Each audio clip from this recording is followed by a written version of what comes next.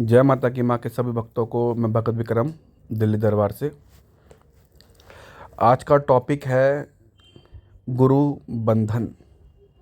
गुरु बंधन क्या होता है, गुरु बंधन कैसे लगता है, और जो शिष्य होते गुरु के वो परेशान क्यों रहते हैं।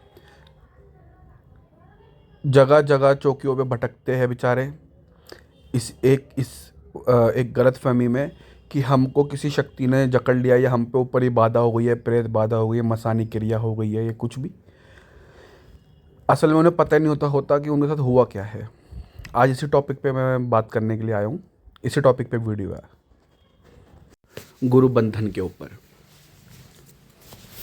जब शिष्य की गुरु से किसी कारणवश बहस हो जाती है या शिष्य गुरु के कहने अनुसार नहीं चलता, या गुरु ने शिष्य से कोई डिमांड कर रखी हो पैसों की या किसी भी चीज़ से, तो शिष्य उसकी वो चीज़ पूरी नहीं करता, तो गुरु उसके ऊपर अपना बंधन लगा देता है, जिससे शिष्य ने जो भी चीज़ हासिल कराई होती है उस गुरु से, वो सब चीज़ें काम करना बंद कर देती शक्तियाँ। चाहे वो शक्तियाँ कितनी ही बड़ी हो, चाहे कितनी ही छोटी हो, वो सब कार्य करना बंद कर देती है।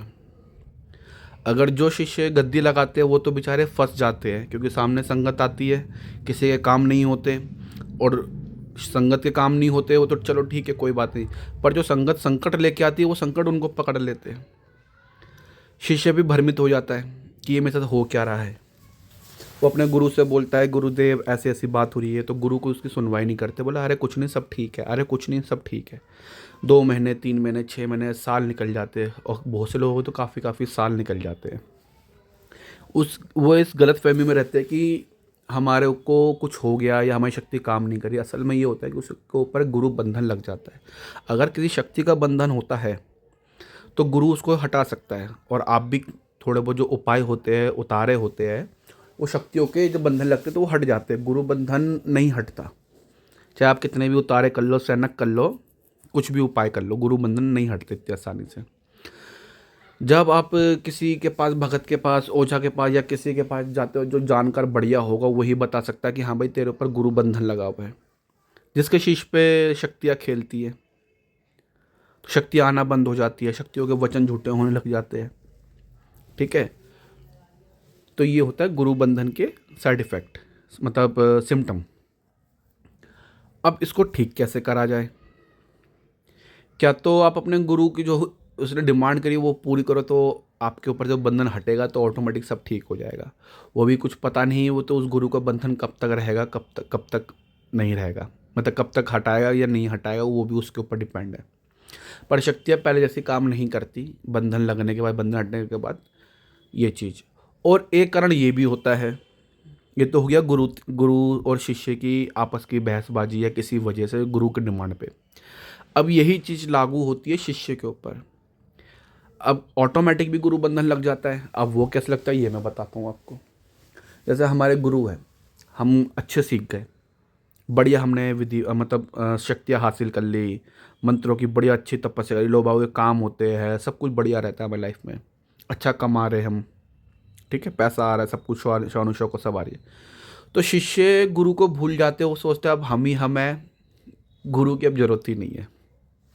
ठीक है, शिष्य के घमंड के वजह से भी शक्तियाँ नाराज हो जाती है। जो गुरु अपनी शक्ति शिष्य को प्रदान करता है वो गुप्त है, वो नहीं बता सकता मैं, तो वो शक्ति ऑटोमेटिकली गुरु बंधन लगा देती है। जब आप गुरु की निंदा करते हो, चाहे खुद से भी मन में आ जाए, अपने आप से भी कर रहे हो, या आप किसी से बुराई कर रहे हो वो भी, ठीक है।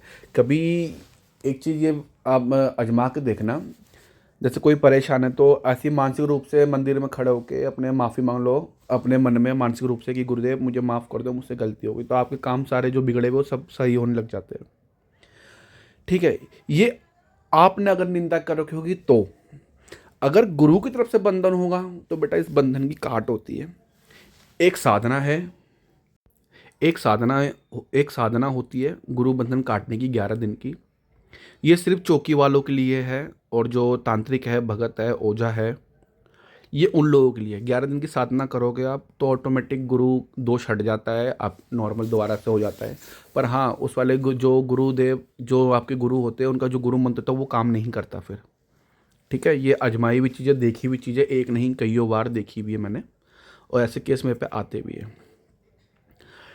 अब ये जो 11 दिन की साधना है ये सिर्फ हम जैसे भक्तों के लिए है, तांत्रिकों के लिए है कि भाई 11 दिन की हम साधना हम लोग कर सकते हो, अपना गुरु दोष हटा सकते हो अपने ऊपर से।